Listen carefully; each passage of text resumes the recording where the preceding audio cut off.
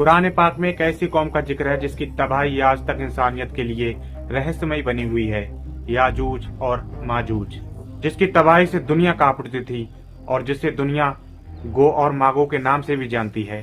کہا جاتا ہے کہ ان کی تعداد اتنی زیادہ تھی کہ جس بھی زمین پر پیر رکھتے تھے وہاں کی گھاس تک مٹ جاتی تھی، اور وہ ندیوں کا پانی پی جاتے تھے، پہاڑوں کو روند دیتے تھے اور شہروں کو خاک کر دیتے تھے، اور ان کے اندر نہ ہی رحم تھا نہ ہی سبقت، بس ایک ہی مقصد، بس تباہی۔ ایک وقت ایسا آیا کہ لوگوں نے اللہ سے رو رو کر دعائیں کی کہ اے ہمارے رب، ہمیں ان سے نجات دلا، ان درندوں سے ہمیں بچا لے۔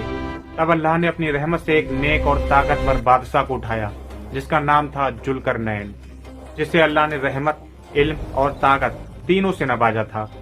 ذوالقرنین نے پوری دنیا کا سفر کیا۔ جب وہ دو پہاڑوں کے بیچ میں پہنچے تب ان سے لوگوں نے کہا، اے ذوالقرنین، یاجوج اور ماجوج ہمارے شہر میں آتے ہیں اور ہمارے بچوں، فصل اور گھروں کو تباہ کر دیتے ہیں، کیا تم ہمارے اور ان کے بیچ ایک دیوار بنا دو گے؟ تب ذوالقرنین نے کہا کہ اللہ نے جو مجھے طاقت دی ہے میں ان کا استعمال تمہاری حفاظت کے لیے کروں گا۔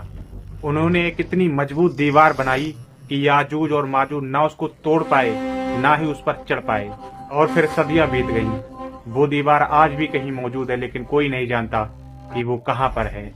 کچھ لوگ کہتے ہیں کہ وہ کوکس پروتوں کے بیچ ہے، اور کچھ لوگ کہتے ہیں کہ وہ ترکستان کے پاس ہے، اور کچھ اسے دھرتی کے نیچے چھپا مانتے ہیں۔ لیکن ایک دن آئے گا کہ جب یہ دیوار ٹوٹ جائے گی، ہر طرف تباہی اور خون ہوگا، سب لوگ ڈر کر بھاگیں گے۔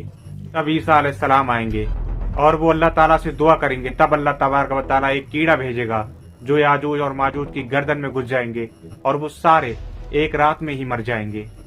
اور پھر جب صبح ہوگی تو دھرتی لاشوں سے بھر چکی ہوگی اور ان کی بدبو سے ہوا تک سڑ جائے گی، اور پھر اللہ تبارک و تعالیٰ پرندوں کو بھیجے گا جو ان کی لاشوں کو اٹھا لے جائیں گے، اور پھر ایک تیز بارش ہوگی جو ساری زمین کو دھو ڈالے گی، ہوا صاف ہو جائے گی اور زمین پھر سے ہریالی سے بھر جائے گی۔